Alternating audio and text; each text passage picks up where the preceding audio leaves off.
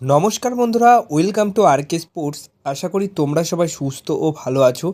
তো এই ভিডিওতে একটা ট্রান্সফার রিউমর জানাতে চলেছি, যেটা কিছুক্ষণ আগে থেকেই সোশ্যাল মিডিয়া হ্যান্ডেলে বেশ ঘোরাফেরা করছে। হ্যাঁ, মোহনবাগানের কোচ হিসেবে আসতে পারেন বা একটা রিউমর এরকম জানা যাচ্ছে। কতটা সত্যি কতটা মিথ্যা এখনও অবধি সেই বিষয় নিয়ে পাকাপোক্ত কোনো সোর্স থেকে কোনো খবর আসেনি, কিন্তু একদমই নতুন জায়গা থেকে এই কোচের নামটা আর কি ভেসে উঠছে সোশ্যাল মিডিয়া হ্যান্ডেলে, টুইটার হ্যান্ডেলে বিশেষ করে। তো সেই কোচটি কে?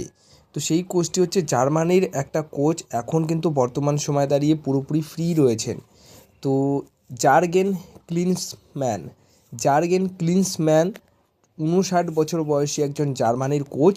তিনি লাস্ট সাউথ কোরিয়ার ম্যানেজার হিসেবে ছিলেন, মানে সাউথ কোরিয়ার যে টিম সেই টিমের ম্যানেজার হিসেবে ছিলেন। তো এই কোচের নামটা কিন্তু এখন সোশ্যাল মিডিয়া হ্যান্ডেলে বেশ ঘোরাফেরা করছে মোহনবাগান দল রিলেটেড।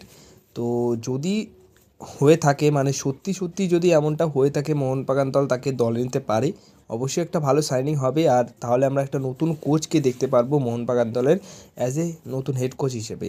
কিন্তু আন্তোনিও লোপেস হাবাসি ফার্স্ট চয়েস হিসেবে থাকছে, কিন্তু তার পুরোপুরি ফিটনেসের ওপরই সব কিছু নির্ভর করছে যে তিনি কন্টিনিউ করবে নাকি করবে না।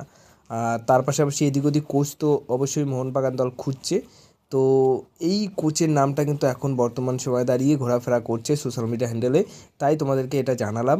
তো দেখা যাক, পরবর্তী সময় কোনো রকম আপডেট পেলে অবশ্যই সেটা জানাবো। কিন্তু আমি আরেকটা কথা বলতে চাই, সেটা হচ্ছে এই কোচটাকে নিয়ে কিন্তু আমি কোনো রকম ফেক নিউজ দিচ্ছি না। যেখান থেকে সোশ্যাল মিডিয়া হ্যান্ডেল মানে টুইটারে যদি তোমরা যারা অ্যাক্টিভ থাকো তারা দেখতেই পারবে যে এই কোচটাকে নিয়ে রীতিমতো আলোচনা চলছে আর কি, যে এই কোচ হতে পারে নতুন কোচ। তাই তোমাদেরকে জানালাম। যদি এই কোচটাকে নিয়ে কোনো রকম ফেক নিউজ বা না খবরটা সত্যি নয়, সেটা কিন্তু পরবর্তী সময় তোমাদেরকে অবশ্যই জানাবো। বাট যে সময় যেরকম খবর থাকে সেটাই তোমাদেরকে কিন্তু জানানোর চেষ্টা করি।